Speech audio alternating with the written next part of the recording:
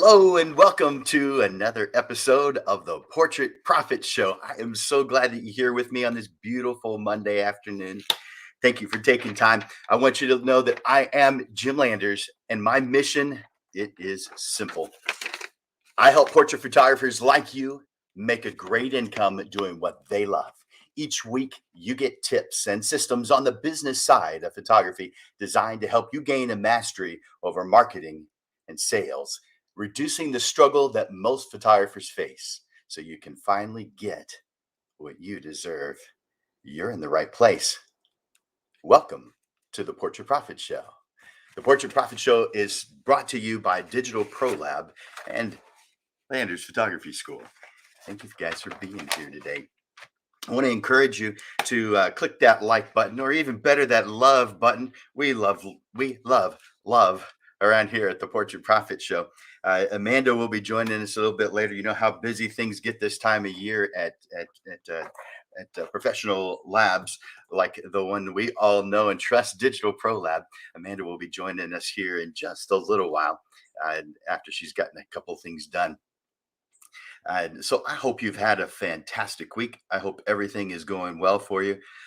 But I know there's always something that gets your attention that needs a little bit more attention, or that is holding you back just a little bit. It's a just a bump in the road. Sometimes it's a roadblock. It feels like a wall of frustration that you just can't get past. But I want you to know, I want you to feel confident that every single wall of frustration that you're up against, it's real.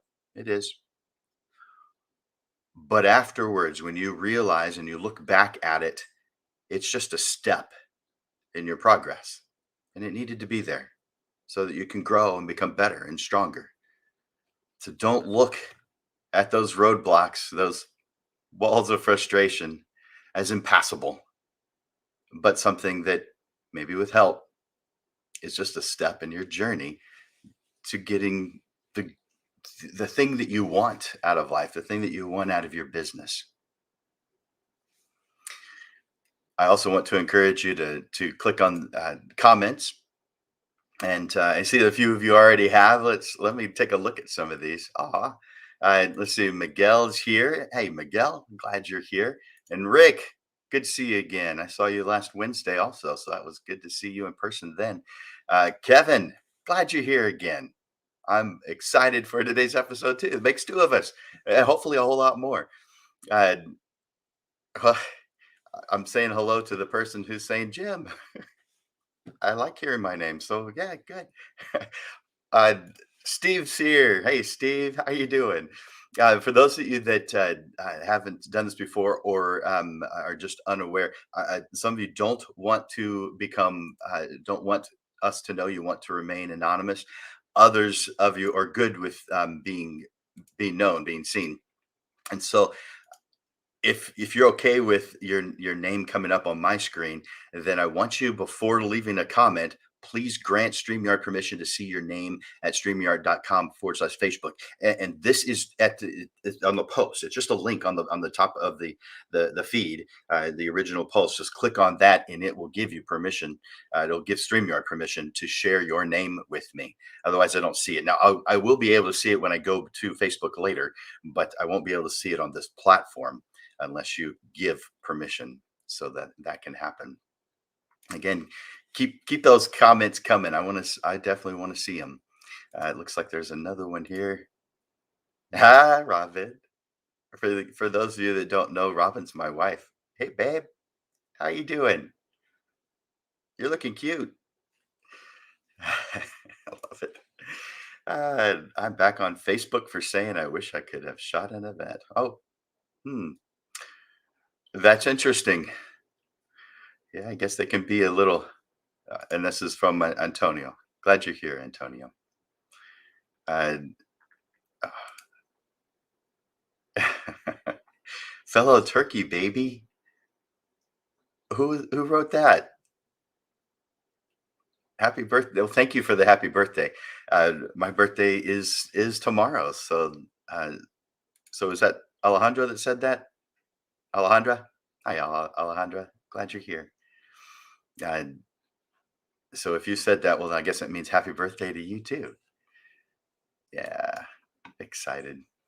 Yeah, definitely keep those comments coming. I love seeing the comments. Click that love, that like. Ooh, we got even a wow. I wondering what that was for.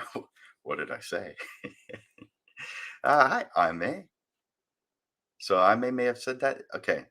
Yeah. Oh, you know what? I know that I May's birthday is right around now. Hi, I May. Happy birthday to you. I'm glad you're here. Uh, Dolores. Hey, Dolores. So glad that you're here with us today. Love it. That's funny. Ooh, you guys are good. All right, keep those comments coming. Definitely like seeing those. Uh, hey, Francis, I'm seeing you now. I'm glad you're here. Francis is uh, in our 2 year class called the Career Photographer, which has 300 classroom hours. It's for the serious photographer. Boric, how you doing? Glad you're here. You've got a fashion show coming up at your place, Night Watch Games. I'm looking forward to that. Uh, and let's see. Hey, y'all. Glad you're here. I don't know who's saying it, but I'm glad you're here. Thank you for being here. So, today we're going to be talking about building your brand with 9 clients. Now, this is about branding. And we're going to talk a lot about branding, what it is, how to do it, what it means, why you need to do it, all these good things. And it actually ends with the how to do it with 9 clients. But I thought that was a good title to draw in some interest, because uh, sorry, I'm looking at some of the posts and while I'm talking, and some of them I put on here, and others of them I don't. Uh, hey, how's it going? I'm glad you're here. But building your brand with 9 clients, this is going to be a lot of good stuff. There's going to be some things that apply to you and some things that don't, but you'll know the difference when we're going over them. Usually, if you have a business that's already been going for a little bit, if you're just starting, then you'll want to listen to everything and pick and choose the things that are important to you and apply those. There's a lot of variables here, just like there is in any other aspect of photography, especially the business side. But the photography side is loaded with variables. I mean, you've got a camera, and you probably are very well aware it's got over 100,000 different combinations of tools available on it. That's a lot of variables. And you're not going to know every single one of them, but you don't even need to know every single one of them. You probably need to know a few more than what you already know, but you're probably good, at least for now. As long as you keep on growing, have that mindset of I want to keep growing. I accept more information, and I apply what I feel is beneficial to myself and my clients. So get out your notepads and your pens.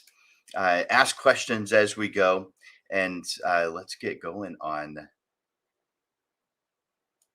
build your brand with 9 clients. Now, you can build your brand with as few as 9 clients, but that doesn't mean that you stop there. And I'm not saying that you can build your business with only 9 clients. For portrait photographers, generally speaking, it takes a lot more. What I have found for most is a client list of around 200 will be just fine. 200 people who are actively at least once every 5 years working with you. But that's something that is a very specific detail. And when I go over this in one of our private sessions, I can actually be more beneficial to you on getting specific as to what your numbers are. By the way, I do a free business assessment consultation for every one of you, once a year. Now, if you want to do it more than once, and a lot of people do, then I'm going to charge you for the second one. I mean, it's only fair. I like putting food on the table. I like to pay for things. I like living in a house. I like electricity. So of course I'm going to be charging for the things I'm spending my time on, just like you are. But I'm going to, because I care about you and I care about uplifting the photography community, I'm going to continue to give one business assessment consultation to every single person every single year. And all they have to do is ask. Let me real quickly put that uh, link in the chat. Have any of you guys on here today already done a business consultation? Have you ever done one?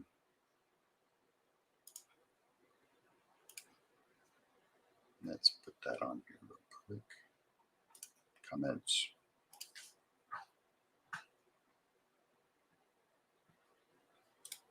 All right, paste. All right, so you should be seeing my link to my business assessment consultation, and during that free session, and I may refer to it again because there's a lot of places in branding where you could probably use some help, and I'd be happy to help. So the business assessment consultation is usually about half an hour long. It often goes a little bit long because there's just so much to talk about. But it's designed to be about half an hour long. A lot of people use it to help with their pricing, to get their numbers straight. So they know how much they need to bring in per year, how much they need to bring in per client, how many clients they're going to work with, how much time they can spend on clients, and how much time they can spend on marketing, those kinds of things. And also the specific price list. How much do I charge for an 8 by 10, a 16 by 20? A digital file if they choose to sell those. So those are some of the things we talk about during a business consultation. Steve Rose, yep, you've done it, and you've done lunch with Landers, except you did it on a different day, and you paid for my lunch. Thank you, Steve. You rock. We had a great lunch, great hamburger, and I have. You guys are familiar with Lunch with Landers. I think if not, I'll tell you real quick. Every week, I take a photographer to lunch with me. I mean, going to lunch anyway. Why not take somebody with me? And I do that every single Tuesday. I have a group of friends that I meet with every every Tuesday at the Dominion Country Club, they are part of a Rotary Club, and they bring in the Rotary Club brings in a speaker every single week, so it's always an interesting topic. And so that photographer comes to lunch with me. We listen to that interesting topic. We have a great lunch at the Dominion Country Club, and then afterwards we sit and visit about their business for at least half an hour, just to talk about who they are, what their goals are, what direction they're heading, and if there's anything that I can do to suggest to help to accomplish those goals that they have. So that's what uh, that's what the business consultation. Someone asked, "Where's the link?" It should show up in the news feed. So below the video, it should show up. So just scroll down a little bit. You should see a post that says "business assessment consultation" with a URL. It's a calendly.com URL. So you should see that there. If you don't, yeah, let me know. And if you're on my email list, then you'll get that link every single week because I send that out every Monday. Although I haven't sent it out today. It's been a busy week. I bet you guys can relate. So ours is next Tuesday. I bet I can figure out who you are real quick then. So lunch with Landers. That is. Hey, it's Matt and Laurel. Yay! I'm glad to be visiting with you guys. I've been looking forward. I always look forward to these. So yeah, definitely. So glad that you're here.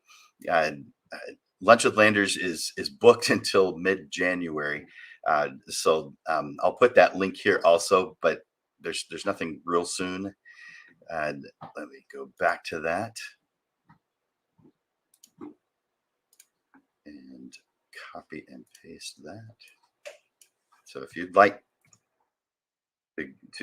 for me to buy your lunch and us sit down and visit, then I want you to use this link that I'm about to put on.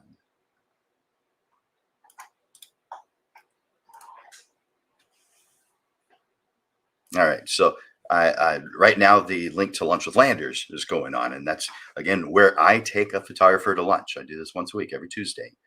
I'm taking a photographer to lunch with me. I am buying. It's not going to cost you anything. That costs your time. And I guess gas to get to the Dominion Country Club. But this is something that I do to uplift photographers because it's something that I believe in. It's also something that Amanda with Digital Pro Lab believes in. That's why we do this show every single week. Without fail. With one exception, we did miss during the when we had no electricity a while back.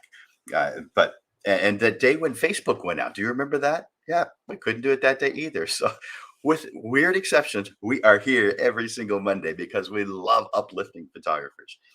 So hopefully you're seeing that lunch with Landers in your down in the feed. Now, for some of you, that's up at the top. It puts the newest one up at the top. Others, it's down at the bottom. And so whichever it is for you, that's where you'll find it. And I do see that Lydia says that she's not seeing it.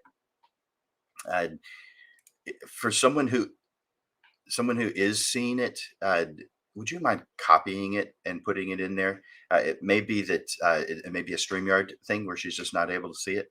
I don't know why that would be, but if somebody could help me by just copying and pasting the business assessment consultation post and putting that in there for me, I'd sure appreciate it. Thank you, guys. And Lydia, if you don't have it by the end of this, reach out to me. My email address is jim@landersphotoschool.com. jim@landersphotoschool.com. Very cool. All right. So again, building your brand.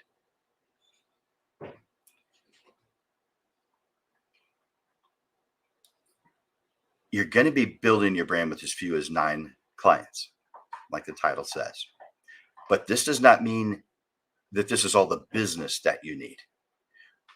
I'm talking about building your brand, creating images so that you can convey what it is that you do visually. Now, I am saying that you can build your brand and create images, show off what it is you do so that you can become a better marketer and create a solid initial marketing message with as few as 9 clients.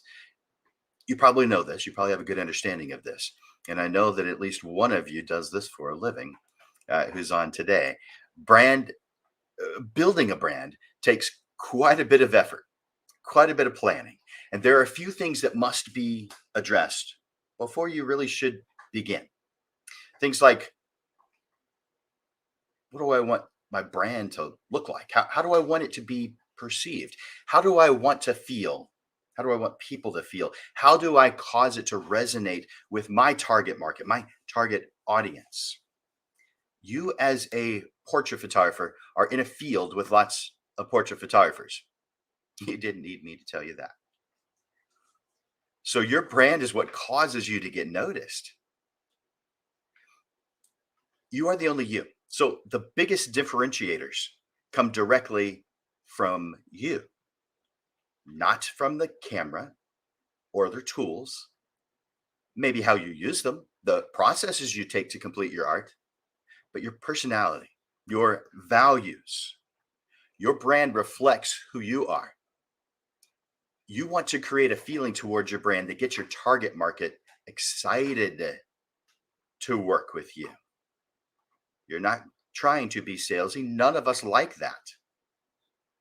Your marketing message causes the desire. Your branding causes the desire. So,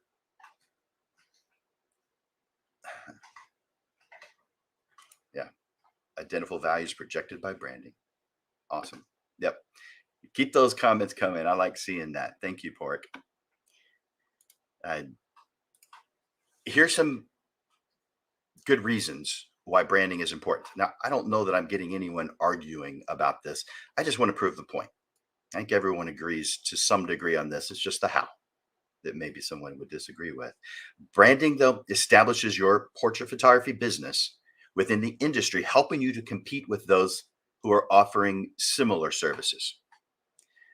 Branding conveys your purpose, the reason why your business even exists, and it conveys how you do business and what your business does for your target market. People buy portraits for emotional reasons, not logical ones. What we sell as portrait photographers is an emotional exchange. I'm going to repeat that. What we sell as portrait photographers is an emotional exchange. Clients connect with the brands they resonate with. So, in addition to wanting great portraits, it's about values, it's about vision.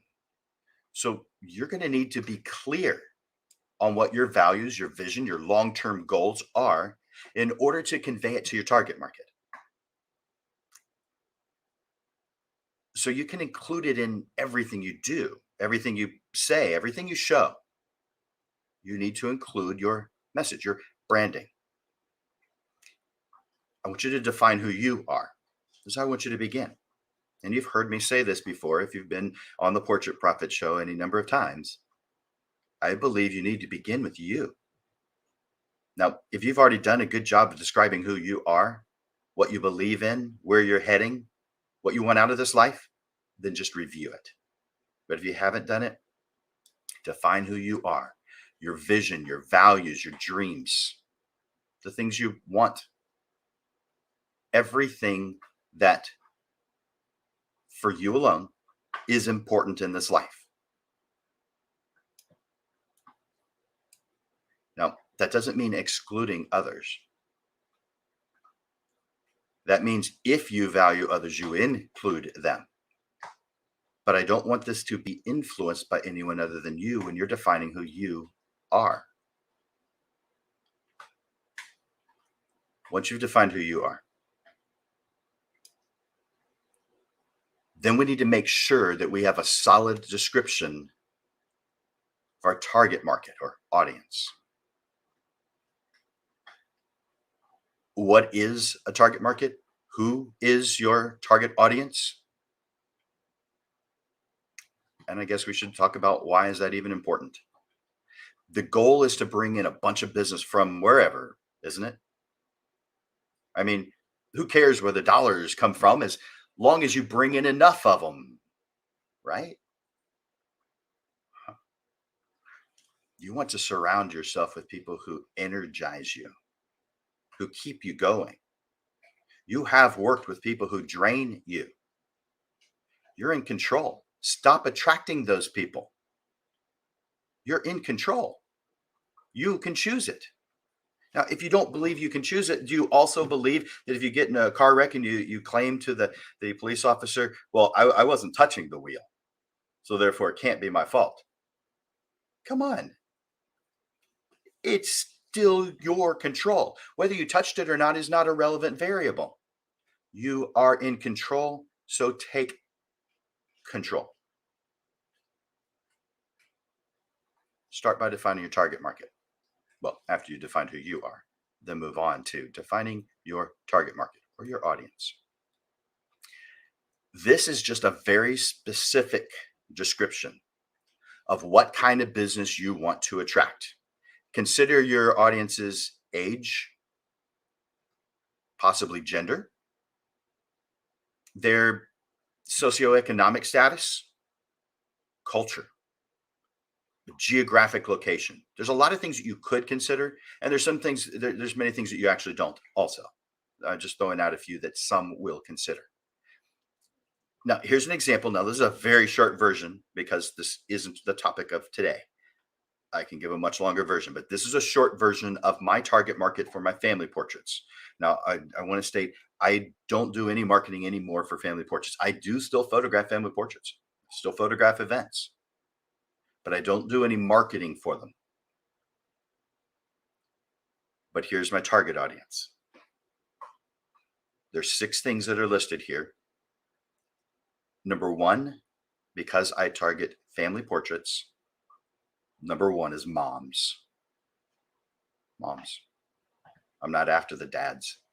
Why is that? Because out of the 30 years that I have actively been a full-time photographer, it's been extremely rare that it's been dad that called about the family portrait.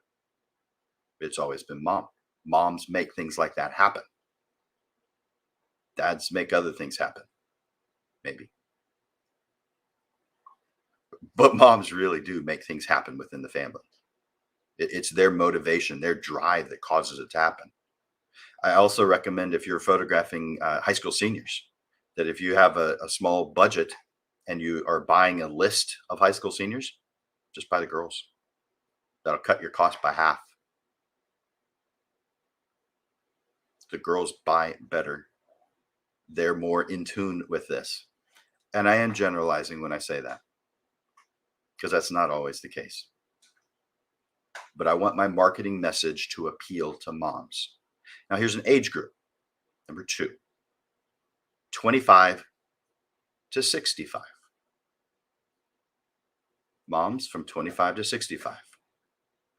By the way, it's even more narrow sometimes in my marketing, where I may be marketing 30 to 55. Just narrow it down a little bit. But generally speaking, 25 to 65. Number three, they have to have a high value for photography. Number four, they are happy to do business my way. Now, I wouldn't have said that at first. In fact, it took me, I started being a full-time photographer in 91. I worked for other photographers for the first 4.5 years. Started Landish Photography in 1995.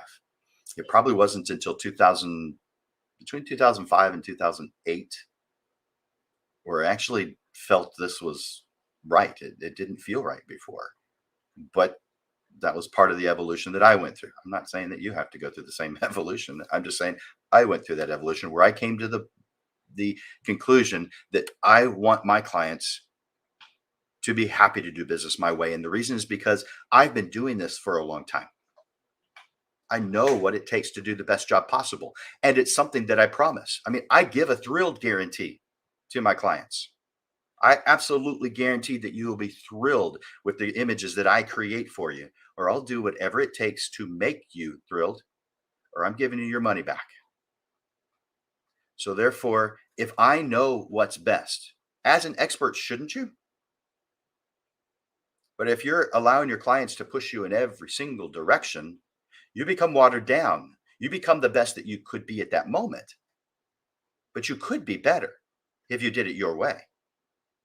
So give what you say you're going to give, your best, not your best for the moment, not your best within the confines of what they asked for, but your best with a period at the end of the sentence.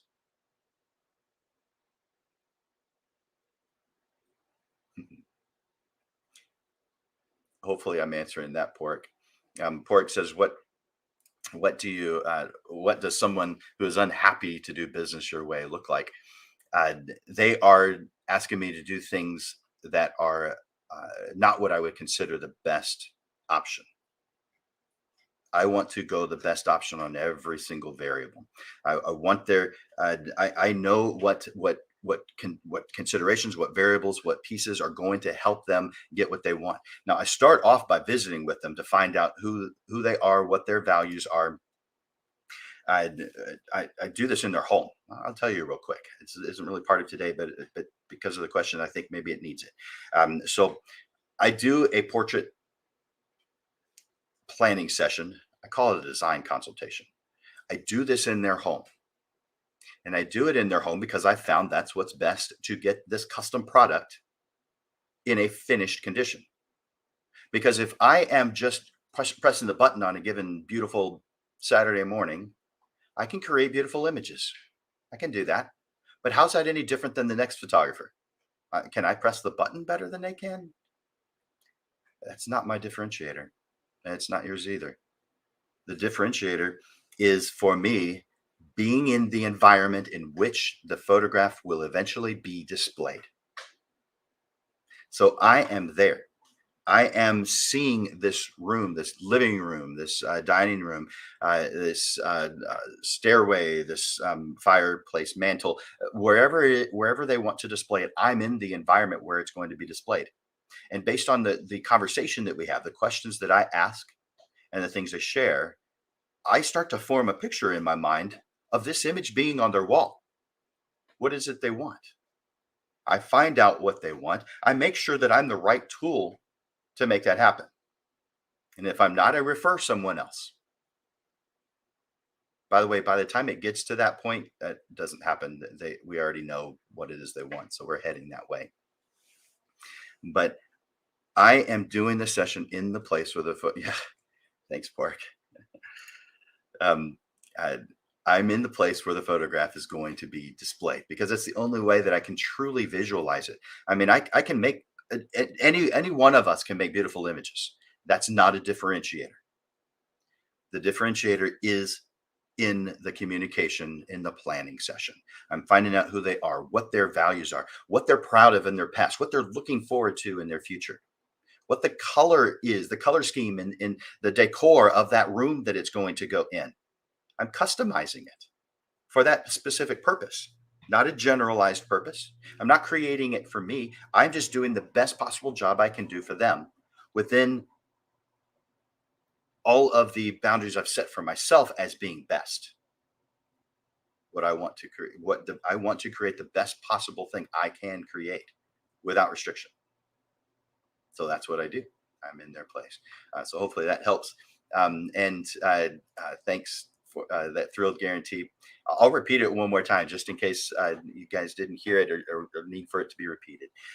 This is not something I came up with on my own. I heard this from a photographer, 15 years ago. Uh, and and I believe he heard it from somewhere else too. So this is my thrilled guarantee. I absolutely guarantee that you will be thrilled, not just satisfied with the work I create for you. Or I'll do everything in my power, including additional photo session, to make you thrilled. And if I can't do that, I am going to give you your money back. That's what I guarantee. So if I'm going to go to that level, I'm going to have to put myself in the best possible position to not have to give that money back. I don't want to give that money back. You don't want to give that money back. I mean, you would if you had to, but I guarantee it. Now, I understand that might make some people uncomfortable. Don't do it if it makes you uncomfortable. It may take a little time. Maybe you're in the business for a few years, 5, 10, 15, and you gain that comfort level that you could do that, do it then. It's okay. You don't have to do everything now. If you find value in it, then do it. If you want to do it later, write it down so you don't forget. Put it in a place you won't forget and do it later. That's all good. Let's see. I was looking at the comments. Looks like I covered those. Good. All right. So I was talking about my target audience, Landers Photography's target audience. And there's 6 things that I wanted to mention to you. I've done 5 so far. Let's recap the 5 of, no, I've done 4 so far. Let me recap those 4 before I move on to the next one. Number 1 is moms. Number 2, age group is 25 to 65. Now, does that mean I won't accept a client under 25? It doesn't mean that. Does that mean I won't accept a client over 65? It doesn't mean that. What it means is I don't have an endless supply of time or money to be able to properly canvas everyone. And so I'm going to narrow it down so that I don't have to come up with that much money or that much time. And I'm narrowing it down to the group I feel is going to do business my way and are willing to pay my price. By the way, when you describe what it is that you want, somehow, maybe it's magic, you get those people. If you don't define what you want, you get whatever you get. It's kind of like a kindergarten teacher saying, you get what you get, you don't throw a fit. You're in control, guys. Define what you're going to get, and you'll get it. It works. Number 3, high value for photography. Number 4, happy to do business my way. They want to do business my way. They're asking me as the professional, as the expert, what they should be doing. And I don't know the answer to that question until I've had a time, probably an hour or 2 hour meeting to find out what their values are. Then I can answer the question. Number 5, and I haven't mentioned this one yet. Number 5, enough discretionary money to afford me. I'm not the cheapest person. Don't want to be. There are photographers that are losing money every time they do a job. They just don't know it yet. They'll know it when they go out of business, though. Hopefully, they know it even then. Some people blame photography, the industry, the clients. Instead of taking control and making things happen, they blame others. They have an outside locus of control rather than an internal locus of control. I have control. If things aren't working out, then I change it so that it does. I have that control. You have that control. Blaming others does not solve problems. Number 6, they live within a 10-mile radius of my office. Now, that one often gets photographers tilting their heads. So why does that matter? I mean, if they're willing to pay you and they're willing to do those other 5 things that you have on your list, why does where they live have anything to do with it? I'll tell you why. Because of my process. My process in being the best that I can be requires multiple visits to their house. If they live an hour away, it's an hour there and an hour back. It's 8 hours of wasted time. That's a lot of time. Now you may say, well, it's not wasted. You can listen to a podcast. You can do this. You can do that while you're driving. You sure can. And I do. But I want to plan less time in doing things that aren't helping my client. Because that is total time that's to them. It's dedicated to them. I'm doing it only because of them. I can listen to a podcast while not driving too. I don't need an excuse to listen to a podcast. They have to live within a 10-mile radius of my office. Now, does that mean I will turn away business if they're 11, 10, 12, 11, 15 miles away? It does not mean that. It means, just like I said before, I don't have an endless supply of time or money. I can't canvass the entire area. For those of you who aren't in San Antonio, I live in San Antonio. There are 2.5 million people in this area. There's a lot of people here. I don't have the budget to canvass them all. I don't. If you do, more power to you, but I don't.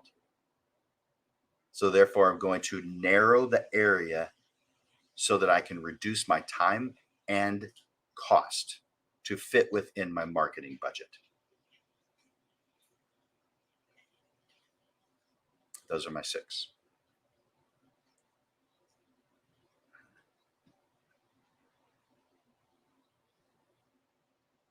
I have an action step for you. I want you to define your ideal client. So just like I mentioned to you who my target audience is, I want you to go a little bit further and then come back to your target audience. I want you to answer these questions with a lot of detail and a lot of intention. Who do you want to work with? Now, this is who energizes you, who makes you happy to be around. You're a creative. You can be energized and you can be drained. So who do you want to be in your environment? The person who energizes you. Who is that person? Who do you want to work with? Think about their personality. Describe your ideal, your most amazing, perfect client. What do they do? Where do they shop? What kind of entertainment do they enjoy? Where do they vacation? What are their values? Do they have any organizations that they support? I want you to get very specific on this ideal client, this fantasy client. What is the most ideal client? Write it down, describe it, detail. Extreme enough detail where this imaginary person would make you look weird if someone read it. What is this person doing? What are they saying? I mean, if you're after the target market I'm after includes moms. So therefore, I'm including what purse do they have? What movie theater do they go to if they do that kind of thing? Where do they go clothes shopping?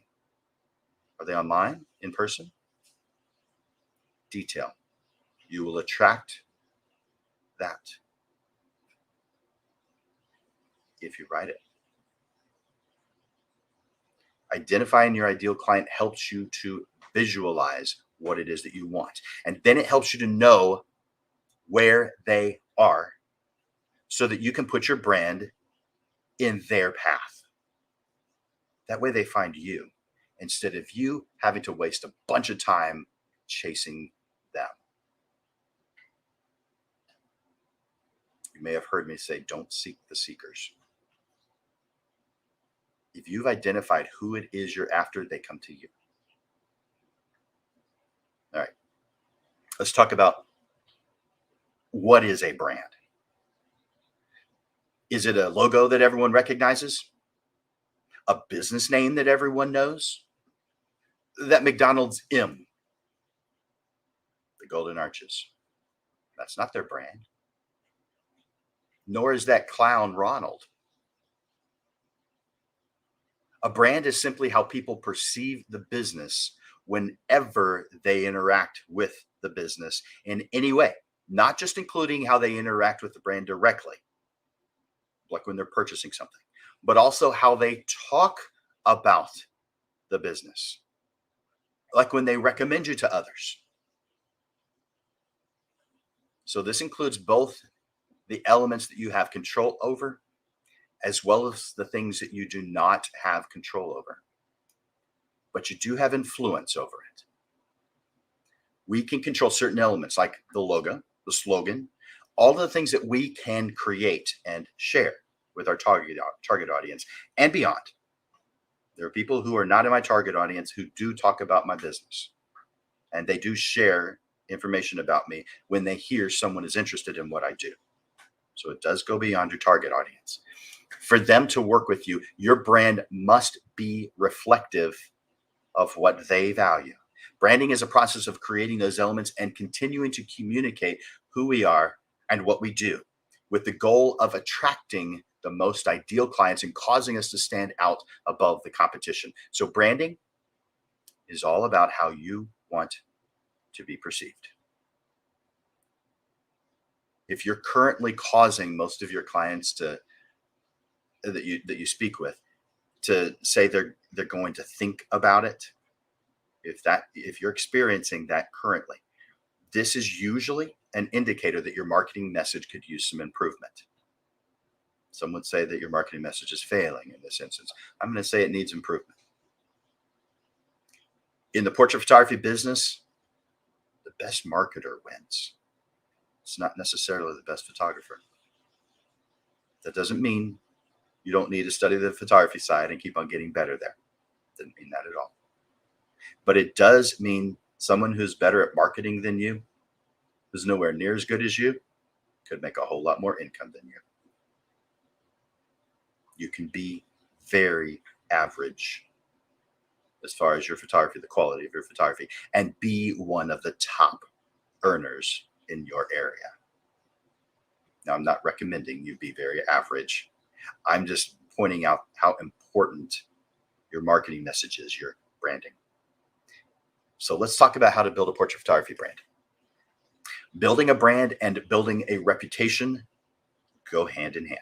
You must maintain your brand message consistently and constantly pay attention so you can correct inconsistencies immediately.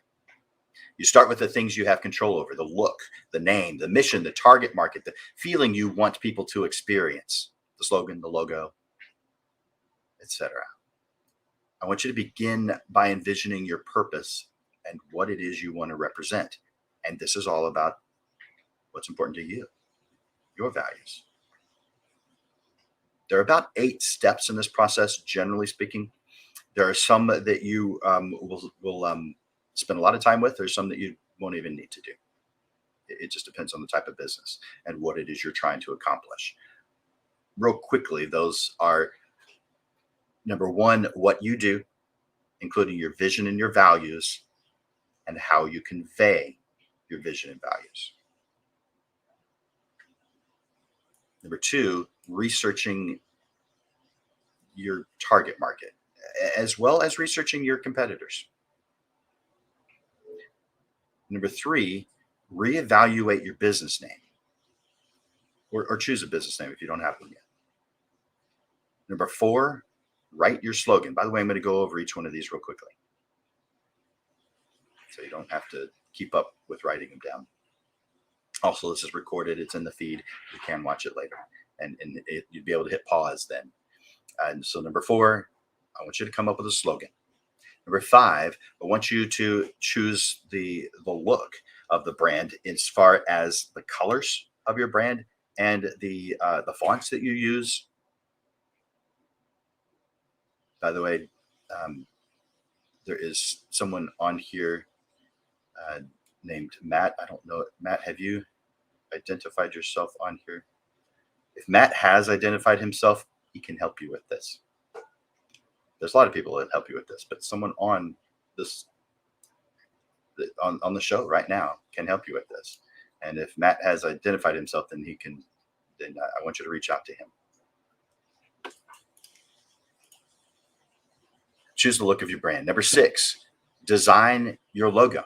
Now, if you have already designed your logo, I want you to reevaluate, just like you're evaluating these other variables based on the things you've done up to this point.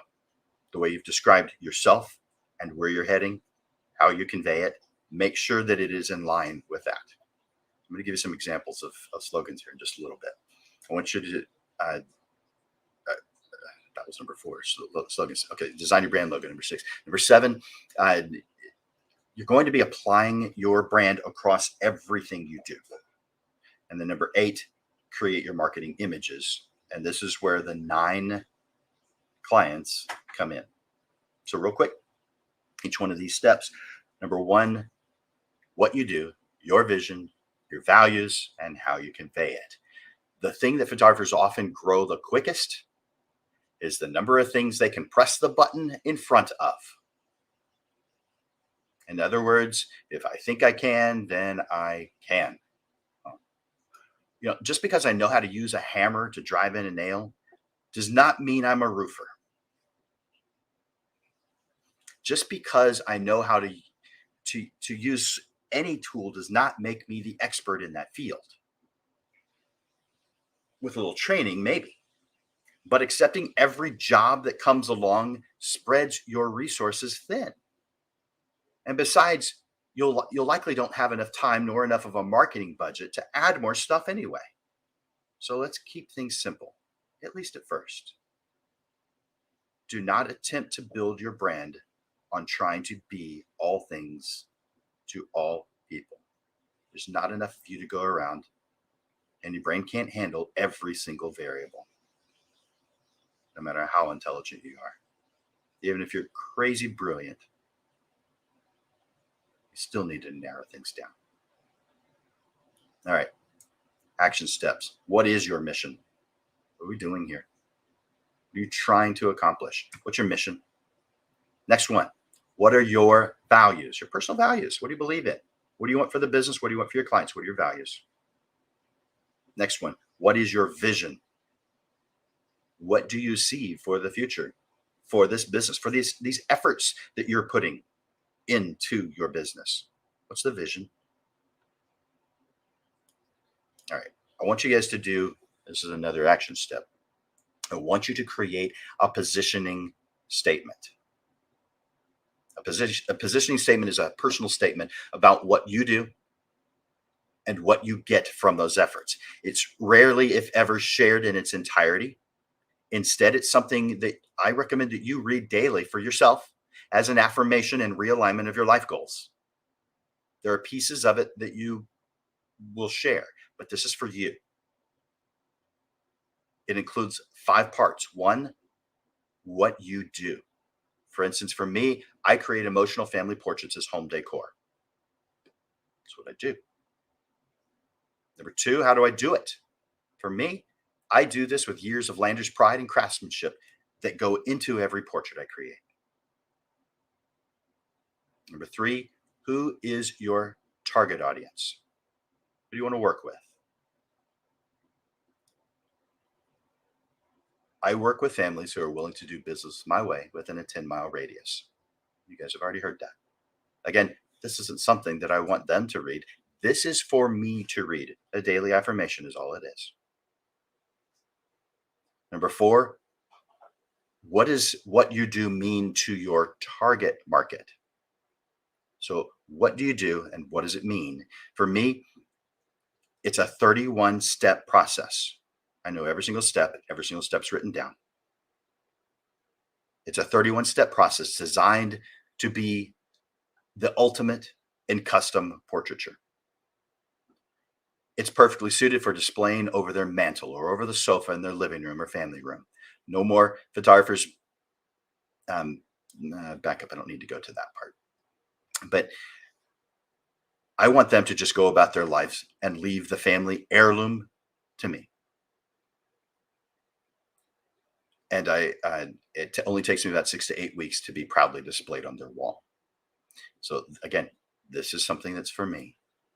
How much you charge and how much do you make? Now, I wrote this one as a general. This isn't actually my specific one, but here's mine that I wrote just for this. In exchange for my helping clients create their family heirloom, my annual gross income is 120,000. I photograph an average of 4 families per month, and my average sale is $2,500. My average sale is actually $3,800, but 2,500 is the average in this particular market, in this area, the San Antonio area, for family portraits.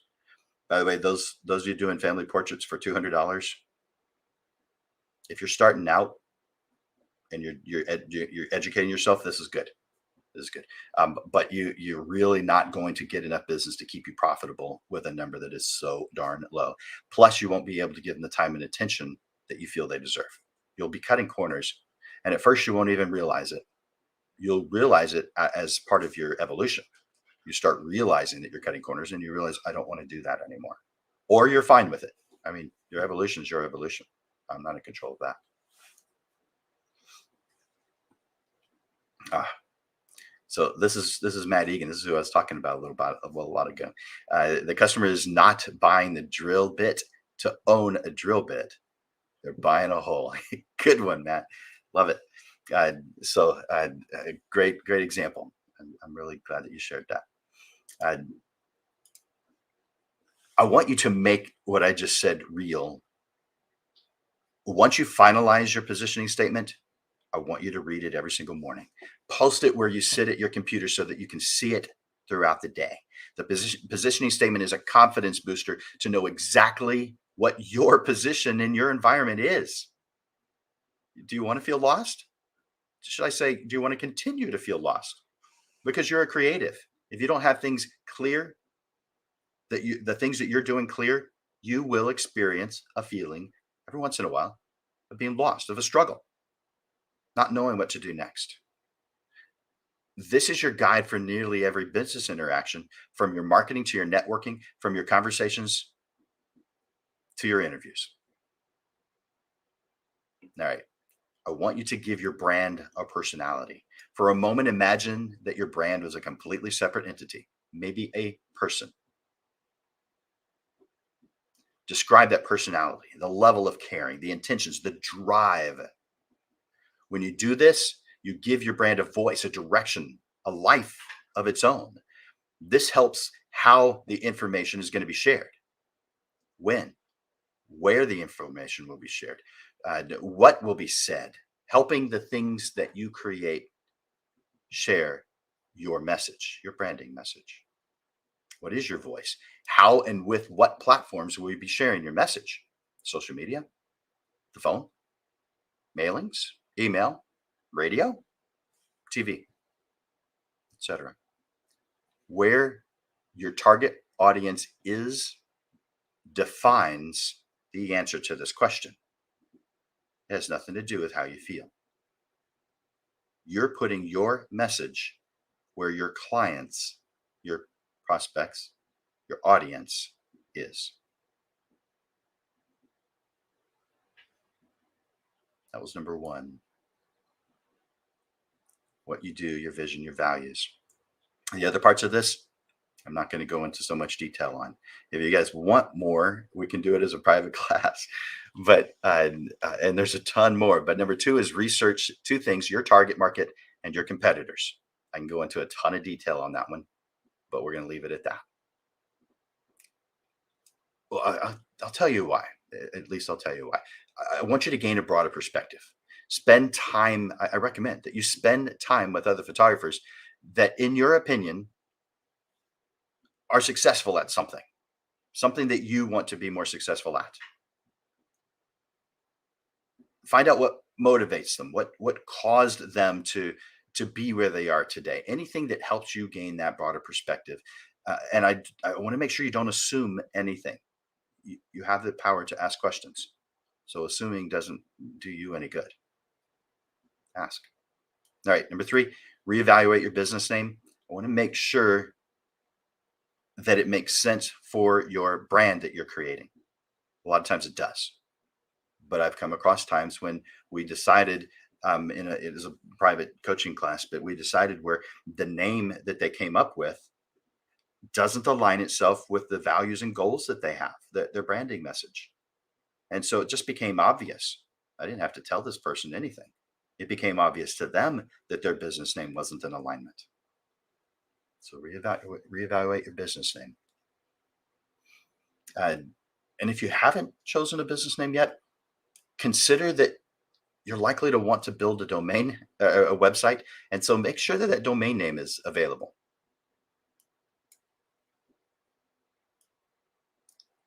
Number 4 is write a slogan. A slogan is just a tagline that quickly shares your company's message, helping to boost brand awareness and establish an emotional connection to your company in as short a time as possible.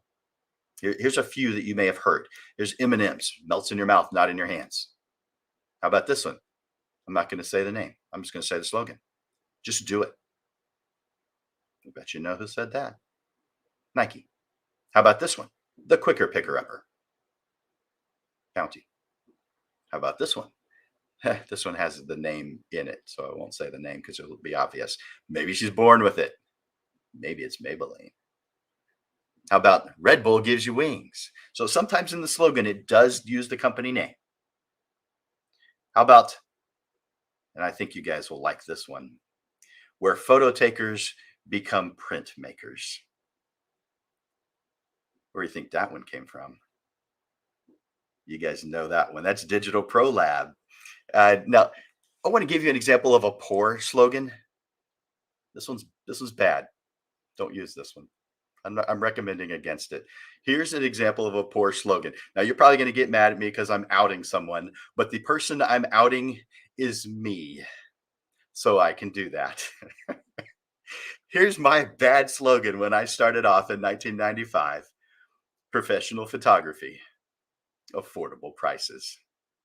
I thought that was good at one time. Here's what I changed it to a couple of years later. I evolved away from that way of thinking. Capturing the present so you can reveal it to the future. For Landers Photography School, I have an annual slogan. Every single year I come up with a new slogan. It's an annual slogan. And I create a graphic that goes on the top of every one of the emails, the weekly emails that I send out. So let's go over the last 5 years. So in 2017, it was do what it takes. 2018, making history. 2019, get on your path. 2020 had 2 because something odd happened in March of 2020.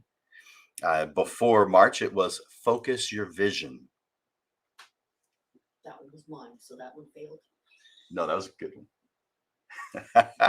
Focus your vision. Robin came up with that one. That was what we did until March. But after March, we needed to refocus.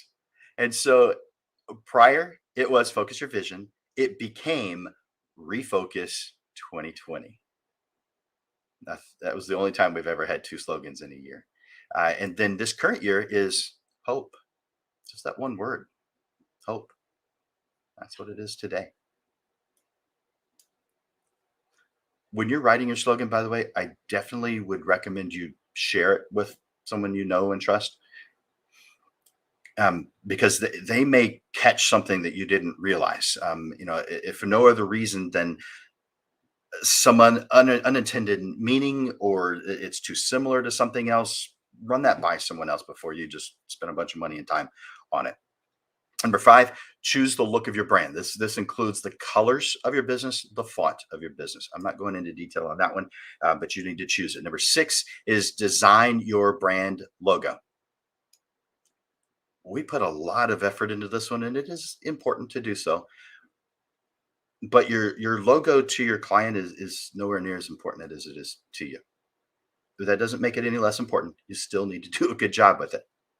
But I wouldn't make it my priority today. I would make it my priority once I make sure I have defined my brand.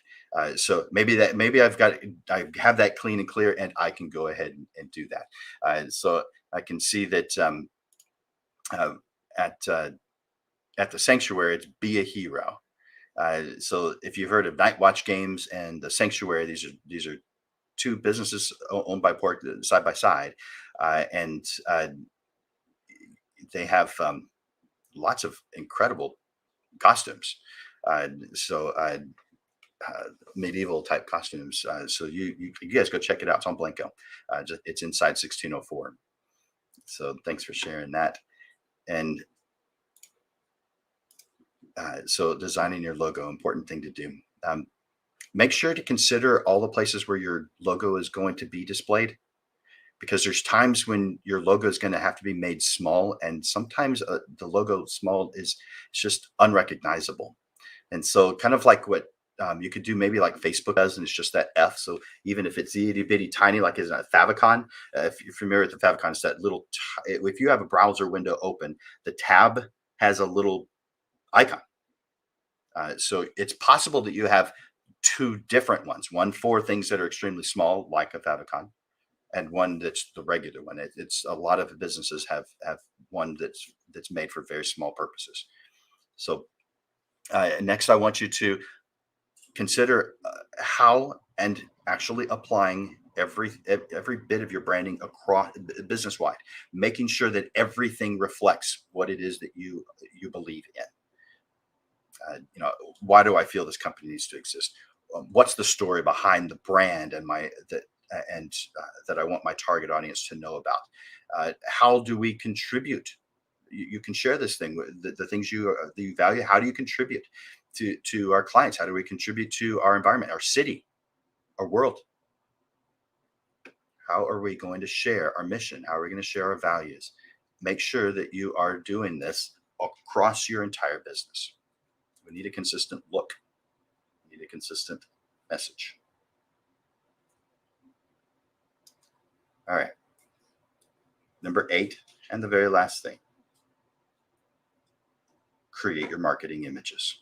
Now, they have to convey your branding, what it is you do, what it is you're all about. So here's what to do with 9 clients. Now, this is great when you're starting out or when you are creating your brand for the first time or rebranding. I want you to divide those 9 clients up into 3 groups. First group of 3. Your goal is to get testimonials and reviews. That's part of your mindset, at least right there at the beginning. It actually is that way your entire career. But for the first 3, when you're doing something new, I want you to give them away. Don't charge anything for it.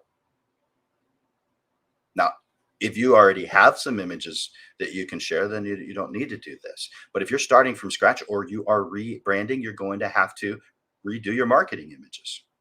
If you're doing some kind of a special project or a new mini session, you can actually do it in fewer. But as far as your regular sessions, I recommend that you do 9.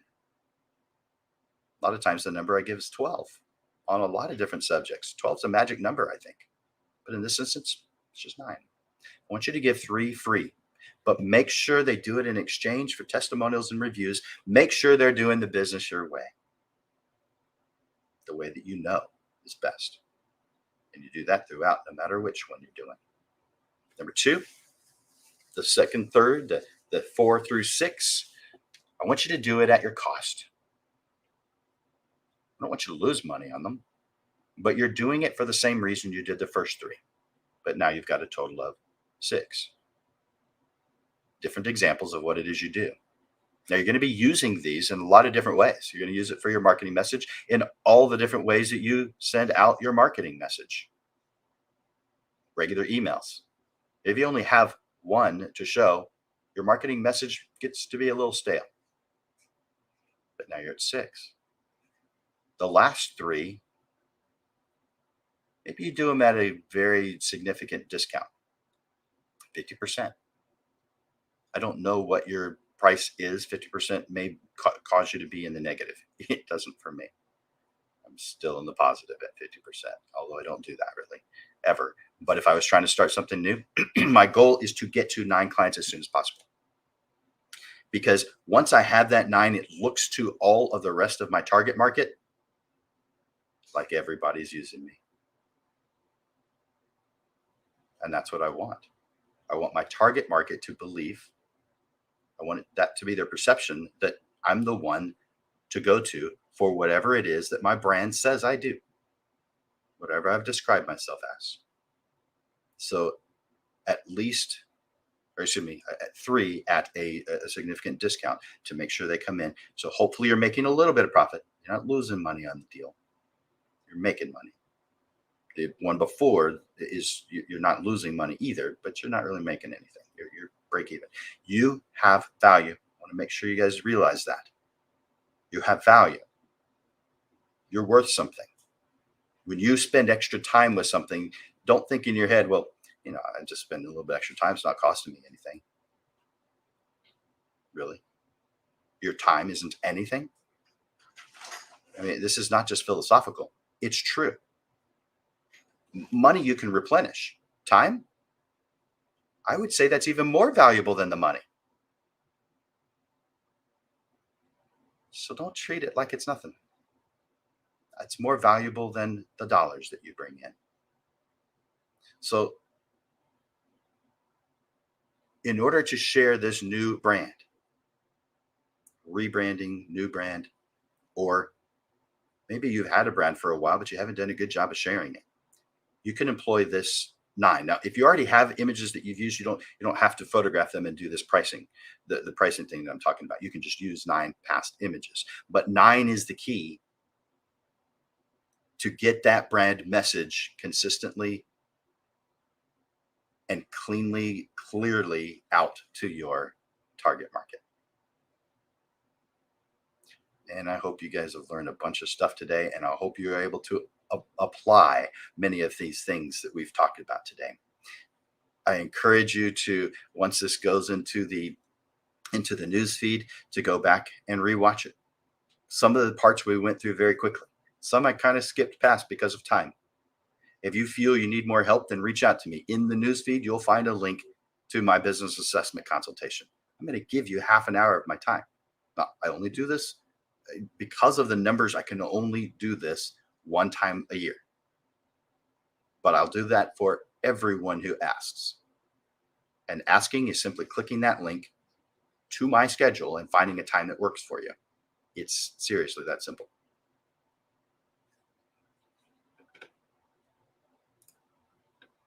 I want to bring Amanda on. Amanda, do you have anything that you wanted to add to what we're talking about so far? Yeah, no, I've been listening. It's all great stuff as always, Jim. So one thing I know you hinted at, but I do want to just say it outright. Don't be afraid to evolve your brand. Don't be afraid to evolve your brand. We've all created a brand if we have a photography company, or if you're new to photography and you're building your brand. Let me tell you from 2 sides, right? So if you're brand new and you're just starting out, I know it seems like a big commitment. Hey, I've got to commit to a message. I have to commit to colors. I have to commit to a logo. It's not necessarily true, because you're going to grow as a company. You're going to evolve, and your brand is going to evolve as well. So don't feel that you 100% are going to have to commit to something for the entirety of your business's life cycle, because it's not true. It's going to evolve just like you are going to evolve.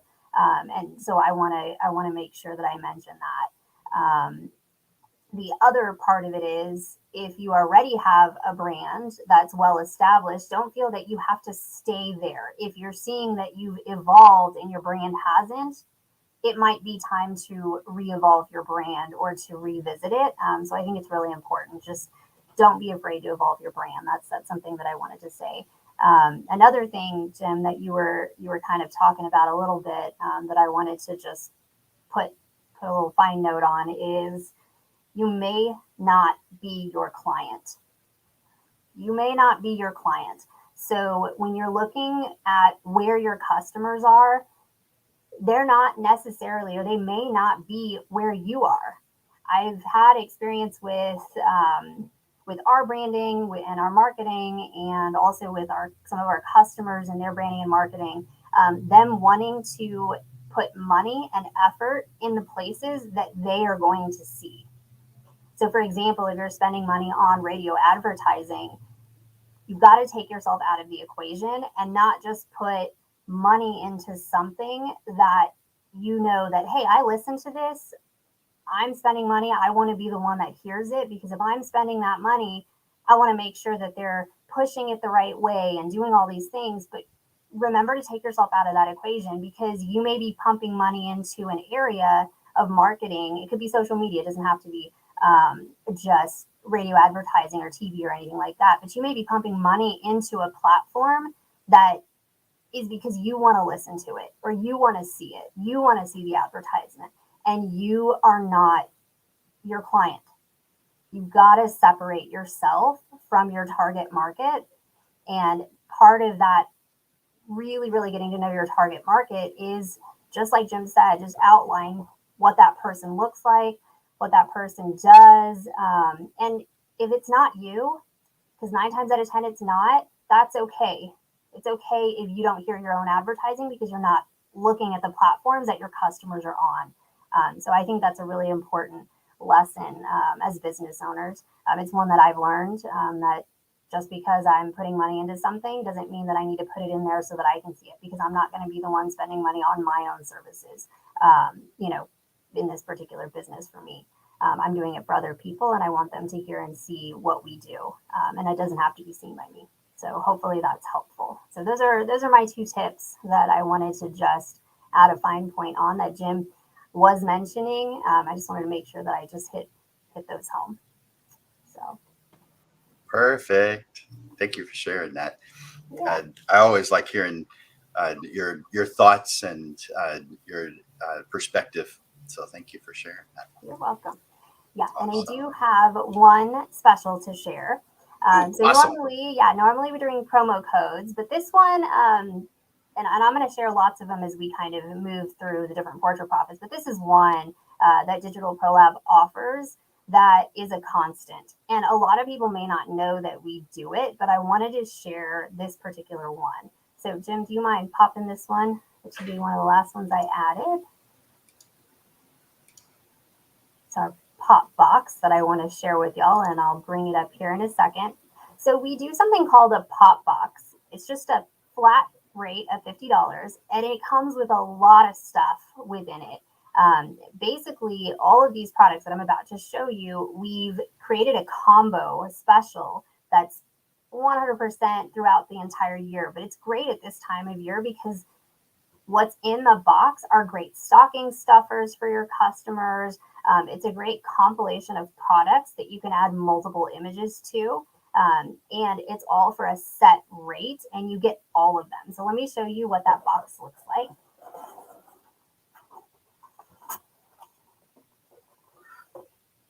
And I'll show you the individual products that are within there. Like I said, these are great stocking stuffers. So you have your mug. We also have a 3.5 by 5 magnet. We have a 5 by 7 metal print.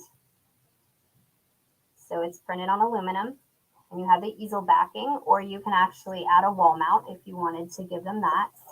And then you also get this one. So there's 4 items and this is the 4th. You get the slate. And it comes with the little stand so that sits for your client. So the entire box comes with those 4 products for a set rate. And the reason that I wanted to mention it is because you can do a lot of things with the box, right? So you can use it as an incentive bonus item that you give your client. If, for example, they are purchasing up to a certain amount, you could say, hey, if you purchase up to this certain amount, you can get this bonus box of products. And for you, you already know what your set cost is going to be. You're not having to, create your own pricing model or anything like that. It's just $50 your cost so that you can gift or incentivize your client to order at a certain level. I think that's a good tip that I can give you that you potentially could use this box for. Another option, if you know that your clients are typically going to spend a certain amount and you have a little bit of margin and you wanted to do something a little bit extra for them, you could gift this to them during the holiday season as a thank you for being a customer. So that's another great thing that you can do. And you can introduce them to another set of products that maybe they didn't even think of purchasing. And a lot of times what we see is individuals saying, hey, I really like those metal prints that I got in that pop box. What do I need to do to actually get more of those? I think those are going to be a great item that I want to gift to so-and-so. So it's another way of introducing your clients to different products that maybe you don't typically offer, especially during a holiday season. So I did want to mention that, and that pop box is available through our professional ordering system or our full service ordering system. Right now, on the home page of that ordering system, we actually have the pop box button. So just click on that. Like I said, it's a set rate and it comes with all 4 of those. We package them in the box and then we just close that up for you. And like I said, you can actually just gift them all of them, or if you want, you can break those things up and you can use them as samples. You can do a lot of things with them. But we think it's a very creative way to make things, right? So Jim mentioned that Digital Pro Lab is where photo takers become printmakers. And as part of our brand, we want people to take their images and make something from them. So we create products like this Memory Maker Must Have Pop Box to help people see the possibilities of what they can do with their images. So I hope that you take a lesson from that. You also take maybe a little idea away to maybe gift something to your customers, because at this time of year, I think it's a good time to look at other products you may not typically be offering. And we love prints. You see all my prints in the back wall, and y'all love selling prints. But sometimes during the holiday season, selling additional items like mugs or slate products or little stocking stuffers are something extra, something nice, kind of a little cherry on top of that gift giving season right now. So that's my special for today. That is cool. Pop box. I like it. It's fantastic. All the stuff that's in there, it's so cool. I mean, it's a sample of several different things you do that for a lot of us, we may never have done. And some of them, maybe we didn't even know you did. But it's super cool. And man, what a great, it's in a box. If I was going to give it as a gift, I just put wrapping paper on it. And It's you're done. perfect. Exactly. Oh, It's done. love it. Thank you for sharing that. You're welcome. Too cool. You guys take advantage of that. $50. Yeah. I'm wondering how you're even making a profit. That's a really good price. We're making a little bit, but like I said, I mean, we're very dedicated to what we do, and we want to encourage people to make things from their pictures. And this is one way that we can incentivize them to make things. Well, Frances looks like she's going to get one. Yes, Frances, you're going to love it. And the other great thing about those products is you can do one of the same image. You can do all different images. You can mix and match your image selection to what you're actually placing on any of those products. So, the other thing is if you wanted to gift different clients different items, you could order a pop box and put 4 different client images on 4 different products, take that box, open it up, wrap individually those items and gift them to 4 different clients as a thank you for purchasing. So there's a lot of really creative ways that you can use a box, which is why I wanted to showcase it today. It's fun. And it gets you thinking of other ways that you can engage with your customers. So I hope you find that helpful. Fantastic. Pop box. Yeah. Don't be Love surprised if I get you one, Jim. I would love that. I'd feel like I won the lottery. That's awesome. Well, cool. I really like that. So the next week we have another Portrait Profits show to share with you, and so let me tell you what that title is going to be. It's Chaos to Clarity, and Amanda helped me with that title because I was coming up with some stuff and I didn't like it, and so based on the description I gave her, she came up with chaos instead of the words that I was using before. So thank you, Amanda, for helping me come up with that title. But this topic next week is referring to how we creatives have a lot of things on our mind. We've got a lot of cool ideas that keep on coming to us, and we sometimes pursue some of them, but there's a lot of times where we have this feeling like I'm not sure what I'm supposed to do next. I'm feeling a little bit lost. There's a lack of very specific direction, and it causes us to be unsure, to have a lack of confidence. And we know as creatives, when we are confident, we do very well. When we lack confidence, we have improvement that we can make. We always have improvement that we can make. But this will be from chaos to clarity. Whatever your current chaos is, let's find some clarity for it. And here's some steps and some methods to make that happen for creatives, very specifically for people like us who do get a little scatterbrained sometimes, including me. I'm not immune to any of this stuff. In fact, that's why I think I'm good at writing this stuff, is because I've experienced every one of them. I don't know, slow learner. I don't know, every single roadblock and bump in the road. It feels like I've hit it. And so these are solutions that I want to share with you to help with the solution of it. So on your calendars, November 29th, noon, meet us here, same place, same time, for Chaos to Clarity. And I'll tell you what the week after that is too, if you've got your calendar out. Creative ways for creatives to recharge.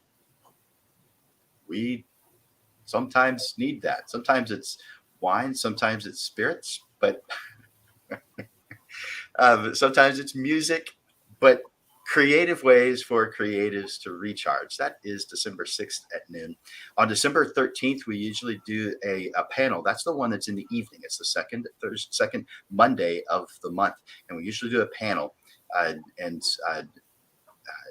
think that we'll be discussing, Amanda and I will be discussing what that's going to be. So I'll bring that to you next week to let you know what that's going to be. And the last two for the year, there's only 5 more. 5 more Portrait Profit shows for the year 2021. So the second to last is what to do before the end of the year. There's some really good stuff in that. It has to do with record keeping for the previous year, but it also has to do with planning for the next. And then the last one for the year on December 29th is last minute review of your 2022 plan. By the way, in my opinion, your 2022 plan should already be done by now. But if it isn't, I guess you still have a few weeks left. But you really need to have your plan done. I recommend that you have your plan done by May of the previous so May of 2021, we should be in the process of finalizing our 2022 plans. That doesn't mean we can't change it. We absolutely can. We absolutely should when things come along. But that's when we get to a point where we are beginning to finalize it. So a last minute review of your 2022 plan is how we close out the year 2021. So thank you guys for being here. Thank you Amanda, for all you do for the photography community. Last week, you were speaking at the Professional Photographers of San Antonio about the power of partnerships. And I think that was received real well. I heard several people comment about it afterwards. Did you enjoy doing it? You sure seem to. I love teaching. It's my absolute favorite thing to do. And I don't get to do it enough, especially now during our busy season. So I was very grateful for the opportunity to share some of my knowledge, and I try and be as articulate and organized as possible. So I hope that it came across that way, and people got that messaging and are able to implement it as part of their 2022 plan. Because partnerships and the power that they have to catapult your business is important. It's absolutely something they need to be doing. Absolutely. Yeah. Thank you for that as well, that all the different things you're doing in so many different areas. I visited with two people over the last week that knew you and love you. And so it's really cool to have, when your name dropped and they're like, oh yeah, I know her. So so it's fantastic. You guys are uplifting the photography community too, simply by being here. Now, this is my opinion, and maybe you don't share it, maybe you don't see it, but people are looking at you. They're looking to you. They find you on social media. They see you. They see the work that you do. There's several different ways that someone could notice you, and they're noticing. They don't say anything. You don't know it. But the things that you're doing, they're evaluating as something they may choose to do for themselves. And so as you grow yourself, as you evolve and become better at what you do, just simply by making those changes and continuing, those things get noticed. People are taking notice of those things. They're adding the pieces that are appropriate for their business into their world. And so simply by being here, you are uplifting the photography community, whether you feel it or not. And so I want to, and on behalf of Amanda too, I suppose, I want to thank you guys for being here. I guess I don't have to do on behalf because she's right here. So Thank you. sorry. But we appreciate you being here because we believe that just the simple act of showing up, being here, is doing the same thing that we feel like we're doing, uplifting the photography community. Thank you for being our partner in uplifting the photography community. And we encourage you to continue being our partner by showing up to the Portrait Profit Show and sharing that this exists, this no-cost business lesson every single week. The kind of thing that you say, I wish I had that when I started. Well, you do. And so could others, but only if you tell them. Thank you guys for being here. Thank you, Amanda. And Amanda and I will share with you soon what that panel is going to be about. It's always a fun one. She always puts a lot of effort and work into those. So it's going to be good. Thank you, Amanda, for being here. I'm going to close out this session of the Portrait Profit Show. For Landers Photography School. There we go. For Landers Photography School and Digital Pro Lab, this is Jim Landers bringing you the weekly Portrait Profit Show, giving you evolving content, awareness, and even fun to the business side of photography. We provide useful steps, step-by-step processes, how-to articles, and action steps that will help you with the struggles you deal with now, so you are constantly realigned to the path that leads to the success you deserve. Thank you guys for being here. Bye-bye for now.